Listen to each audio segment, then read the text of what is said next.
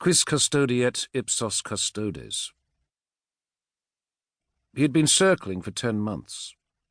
10 months and 18 identities, most of them so authentic they had fooled unified biometric verification.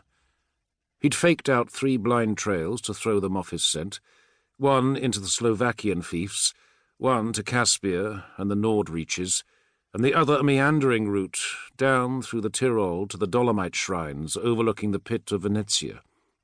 He'd overwintered in Bucuresti Hive and crossed the Black Sea basin by cargo spinner during the first week of ice ebb. At Bilhorod, he had turned back on himself to lose an unwanted tail. He had spent 3 weeks hiding in a disused manufactory in Mesopotamia, preparing his next move. 10 months. A little long for a blood game, but then he was playing it out carefully, synchronizing his movements with global patterns, following trade routes, interprovincial traffic and seasonal labor migrations. He was 100% certain they didn't have an orbital grid fix on him, and he was fairly confident they didn't even have an approximate. There'd been no one on his heels since Bilhorod. He trekked up country, through Baluchistan, mostly on foot, sometimes stealing a lift on transports, and crossed the border into the Imperial territory 303 days after he'd set out.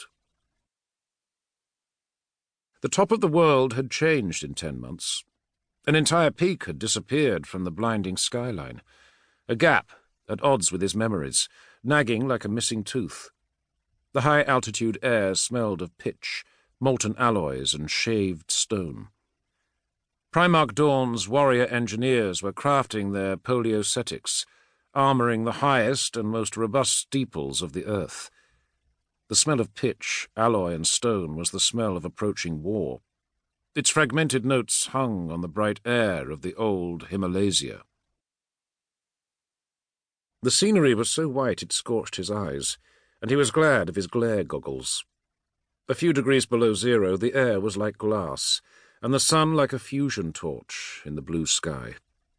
Perfect snows coated the peaks and the ascents, painfully white, achingly empty. He had considered the south his best option, Kathmandu and the towering central precinct, but as he approached he realized how much things had changed.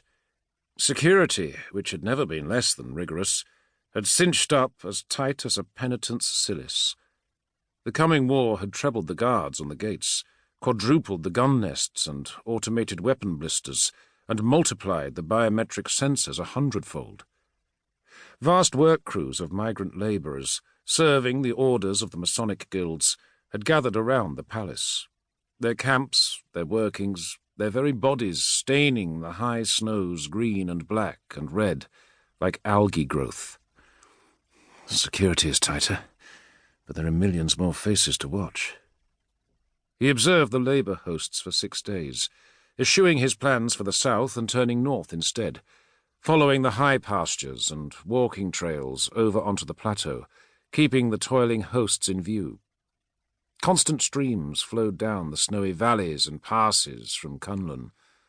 Columns of fresh workers and convoys of cargo and building materials from the Xizang mines. The columns looked like rivers of slow, dark meltwater, or racing black glaciers. Where the influx streams met the worker armies, temporary cities sprouted in the shadows of the immense walls, habitant towns and canvas metropoli, accommodating the migrants, corralling their pack animals and servitors, seeing to their needs of food and water and medicine.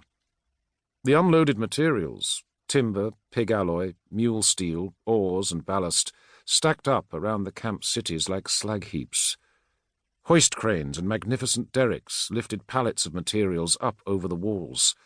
Horns snorted and echoed around the high valleys. Sometimes he just sat and looked at the palace as if it was the most wonderful thing in creation. It probably wasn't. There were undoubtedly feats of ancient, inhuman architecture on forgotten, scattered worlds that dwarfed it, or eclipsed it in stupendous scale or awe-inspiring scope. The architecture was not the point. It was the idea of the palace that made it the most wonderful thing. It was the inner notion, the concept that it made flesh. The palace was vast, beautiful, the greatest mountain range on Terra refashioned into a residence and a capital, and now, belatedly, a fortress. The missing Himalaysian peak had been levelled for building materials. The recognition of that feat made him smile. These days, the schemes of man were never modest. To keep listening to this audiobook, I've left you a link in the description so you can do it, at no cost thanks to Audible's 30-day free trial.